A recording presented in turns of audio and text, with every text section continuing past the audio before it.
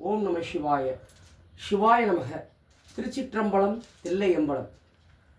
ஐயா, இன்று பொன்னான நாள், அற்புதமான நாள். நம்ம சிவ திருநீர் ஆன்மீகத்தில் பயணிக்கக்கூடிய அனைத்து அடியார்களுக்கும் அடியனுடைய காலை வணக்கம். மற்றும் அனைத்து சிவ சுந்தர்கள், சிவ பக்தர்கள், அனைத்து குரூப்பில் உள்ளவர்களுக்கும் அடியனுடைய காலை வணக்கத்தை தெரிவித்துக் கொண்டு, ஐயா, நீ பொன்னான நாள், உலகத்திற்கே ஒரு மாற்றம் தரக்கூடிய நாள், அற்புத நாள். அதாவது நவகிரக நாயர்கள் என்று சொல்லக்கூடிய 9 நவகிரக நாயர்கள்ல நம்மனா பல இன்னல்கள், பல கஷ்டங்கள், துன்பங்கள், துயரங்கள் படுவதற்கு, நம்மளை நல்ல வழி நடத்துவதற்கு ஒருவர் இருக்கிறார். அவர் தான் மகா பெரியவர் என்று சொல்வார்கள். இவரை அவர் பேர் சொல்ல மாட்டார்கள். அப்பேற்பட்ட அந்த நவகிரகம் தான் சனீஸ்வர பகவான், சூரியனுடைய புத்திரன், யமதர்மனின் சகோதரன், சாயா புத்திரன், சந்தியா புத்திரன், காகத் வாகனன். அப்பேற்பட்ட கர்மவினையை திக்கக்கூடிய சனீஸ்வர பகவானுடைய பயிற்சி தான் இன்று வெள்ளிக்கிழமை காலையிலே 7:56 அவர் இன்ன வரைக்கும் 2023 டிசம்பர் 28 பயிற்சியாகி கும்பராசியில் பிரவேசித்தார். கும்பராசியில பிரவேசித்து நேர சிம்ம ராசியை பார்த்து கொண்டார். ஆகையால் இன்று அவர் கும்பராசியை விட்டு விலகி மீன ராசிக்கு பயிற்சி அடைகிறார். ஆகையால் அற்புதமான தருணம். இன்று இதை பார்க்கக்கூடிய, காணொலியை பார்க்கக்கூடிய அனைத்து சிவனடியார், சிவபக்தர், சிவ சொந்தங்கள், இன்று காலையிலோ மாலையிலோ உங்களுக்கு எப்பொழுது நேரம் கிடைக்குதோ அருகில் இருக்கக்கூடிய சனீஸ்வர பகவான் கோயில் சென்றாலும் சரி, சிவன் கோயில் சென்றாலும் சரி, ஆஞ்சநேயர் கோயில் சென்றாலும் சரி, நீங்கள் அங்கே தனது பெயரில், குடும்பத்தில் பெயரில் அர்ச்சனை செய்திட வேண்டும். ஏன்னா ஒரு பயிற்சி ஆகும்போது ஒரு பிரளயத்தை ஏற்படும். இது சுப கிரகம் கிடையாது, இது பாவ கிரகம். ஆனால் பாவ கிரகம்னா ரொம்ப கெடுதல் பலன்கிறத ஒரு மனுஷனை இப்படிதான் வாழணும், இப்படிதான் இருக்கணுங்கிறத ஒரு செயல்படுத்தக்கூடியவர் தான் இந்த சனீஸ்வர பகவான். அப்பேற்பட்ட சனீஸ்வர பகவான் இன்று கும்பராசியில் இருந்து மீன ராசிக்கு பயிற்சி அடைகிறார். ஆகையால் கும்பராசிக்காரர்கள் அனைவரும் இனி நலம் பெறலாம். நல்ல விஷயம். ஜென்மத்து சனியாக இருந்தவர் இனி மாறி கும்பராசிக்காரருக்கு பாதசனியாக மாறிவிட்டார். உச்சந்தலையில் இருந்தவர் உள்ளங்காலுக்கு பெருவரலுக்கு வந்து விட்டார் இந்த சனீஸ்வர பகவான். ஆகையால் மீன ராசிக்காரர்களுக்கு இதுவரைக்கும் விரயச்சனி இருந்தது. அவர்களுக்கு இனி விரயச்சனிங்கிறது ஜென்மத்து சனியாக மாறிவிட்டது. ஆகையால் குரு வீடு என்பதால் நன்மை தீமை கலந்த பலன் இருக்கும். நல்ல வருமானம், சொத்து சுகம் ஏற்படும் மீன ராசிக்காரருக்கு. ஆனால் மேச ராசிக்காரர் அன்பர்களுக்கு 12 ராசியிலே முதல் ராசியாக விளங்கக்கூடியது மேச ராசி.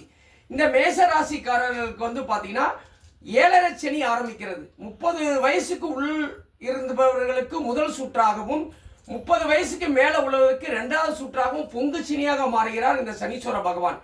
ஆக மேச ராசிக்கு பார்த்தீங்கன்னா 7.5 நாட்டு சனி. ரிஷப ராசி என்பவர்களுக்கு பார்த்தீங்கன்னா 11ஆம் இடத்து சனி. நல்ல லாபத்தை கொடுக்கக்கூடிய அற்புதமான ஒரு அருமையான சனி இந்த ரிஷப ராசிக்காரர்களுக்கு.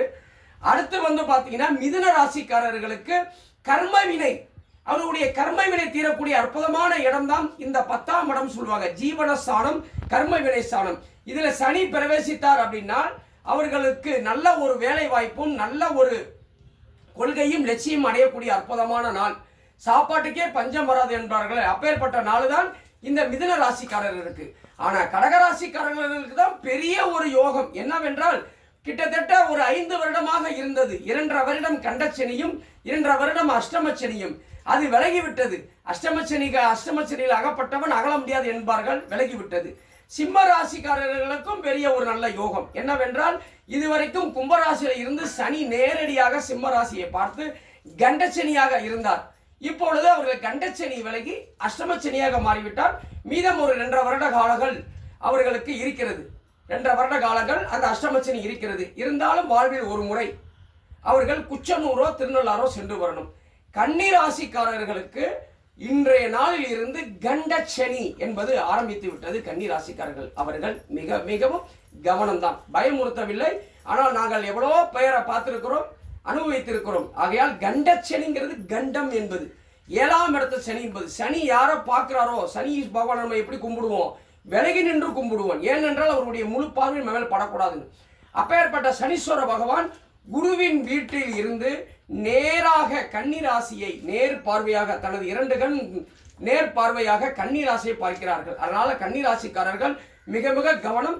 ஒரே ஒரு முறை குச்சனூரும் இல்லை திருநள்ளாறு சென்று அவர்கள் எண்ணெய் தேய்த்து குளித்து அங்கே சனீஸ்வரனுக்கு உண்டான பரிகாரத்தை செய்ய வேண்டும். வேற எது சந்தேகம் இருந்தால் அடியனுடைய தொடர்பு கொள்ளுங்கள். எப்படி பரிகாரம் செய்வது அப்படின்றதை நான் அடுத்த ஒரு வீடியோவில், இதை முடித்து அடுத்த வீடியோவில் நான் சொல்கிறேன். இந்த சனீஸ்வர பகவானை எப்படியெல்லாம் பரிகாரம் செய்தால் நம்மளுக்கு நன்மை நடக்குங்கிறத வீடியோ போடுறேன். இந்த வீடியோ பார்த்து முடிஞ்சவொன்னே அதுக்கு அடுத்து துலா ராசிக்காரர்களுக்கு வந்து சனி பகவான் 6ஆம் இடத்துக்கு வந்திருக்கிறார். துலாம், விருச்சிகம், தனுசு, மகரம், கும்பம், மீனம். சனி பகவான் பொதுவாக ஒரு ராசியில 3ஆம் இடமோ 6ஆம் இடமோ 11ஆம் இடம் வந்தால் நல்ல யோகம். அப்போ 11ஆம் இடம் என்பது ரிஷப ராசி, 6ஆம் இடம் என்பது துலா ராசி, 3ஆம் இடம் என்பது மகர ராசி. இந்த மகர ராசிக்காரர்களும் துலா ராசிக்காரர்களும் ரிஷப ராசிக்காரர்களும் கொடிகட்டி பறக்கக்கூடிய பயங்கரமான ஒரு அதிசக்தி பயங்கரத்தை, நல்ல ஒரு யோகத்தை இந்த சனீஸ்வர பகவான் அள்ளி காத்து கொடுக்கிறார் அவர்களுக்கு. அதனால துலா ராசிக்காரர்களுக்கு பதவி யோகம், பண்பு யோகம், பண யோகம் அனைத்தும் கிடைக்கக்கூடியது நல்ல ஒரு விஷயம் 6ஆம் இடத்து சனி.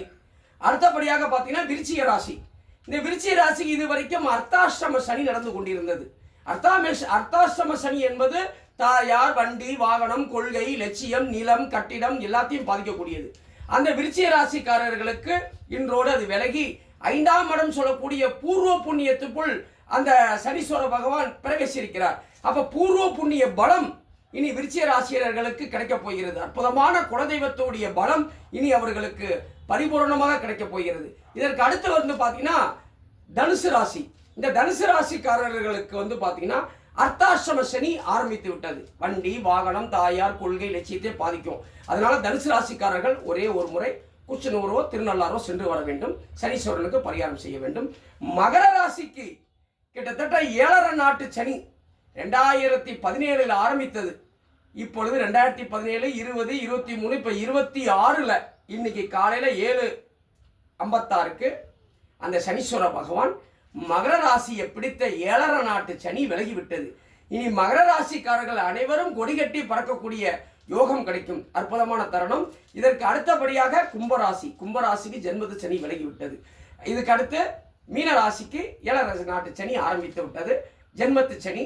அதே போல் மேச ராசிக்கு விரைய சனி. ஆகையால் இந்த சனீஸ்வரனுடைய ஆதிக்கம் இதுதான். இன்று காலையில் 7:56 விலகி இன்று பொன்னான ஒரு மாற்றத்தை கொடுப்பார். ஆனால் இவர் மாறப்போகக்கூடிய நேரத்தில் எவ்வளவு பெரிய குடும்பம், எவ்வளவு பெரிய பக்தனா இருந்தாலும் சில சோதனை வரும். ஆனால் சிவனை பரிபூரணமாக மனதார கும்பிடுவர்களுக்கு எந்த சனியா இருந்தாலும் ஒன்றும் செய்யாது. ஆனாலப்பட்ட சிவனே சனீஸ்வர பகவானுக்கு பயந்து கொண்டு எலியாக மாறி ஒரு பொந்தில் அடைபட்டார். ஆனாலப்பட்ட விநாயகரை பார்வதி சொன்ன சொல்லுக்கு நீ என்னை வந்து என் மகனை பார்க்காதேன்னு சொல்லி தண்ணீரை பார்க்கப்பட்டதனால் விநாயகரை கழுத்தறுபட்டார். ஆகால சனீஸ்வர பகவான் என்பது ஒரு மிகப்பெரிய பயங்கரமான அதிசக்தி உள்ள கிரகம். ஆகையால் சனி நீராடு அப்படின்னு சொல்லி நீங்க சனிக்கிழமை எண்ணெய் தேய்ச்சி குளிச்சு அந்த சனீஸ்வரனை வழிபட்டா நல்லது நடக்கும். இதை காணொலியை பார்க்கக்கூடியவர்களுக்கு அரியனுடைய சின்ன தகவல். சிவத்தின் ஆண்மை அடியார் கட்டளை பயணிக்கக்கூடிய நானும் உங்களில் ஒருவன். இதை எதுவும் சந்தேகம் இருந்தால் தனிப்பட்ட முறையில் எனக்கு போன் பண்ணி கேட்டுக்கொள்ளலாம். நீங்கள் இன்று அருகில் உள்ள எந்த கோயில்களுக்கு சென்று உங்கள் பெயரும் குடும்பத்தை பெயர் அர்ச்சனை செய்ய வேண்டும். இனி பொன்னான ஒரு பலனை நம்ம அடைவோம். சனீஸ்வர பகவான் பிரவேசிக்கிறார். சனீஸ்வர பகவான் மாற்றம் ஆகும்போது பல மாற்றங்களை கொடுப்பார். நாட்டுக்கும் கொடுப்பார், ஊருக்கும் கொடுப்பார், உலகத்துக்கும் கொடுப்பார். அப்பேற்பட்ட சனி பயிற்சி தான் இன்று. ஓம் நமச்சிவாய, ஓம் நமச்சிவாய.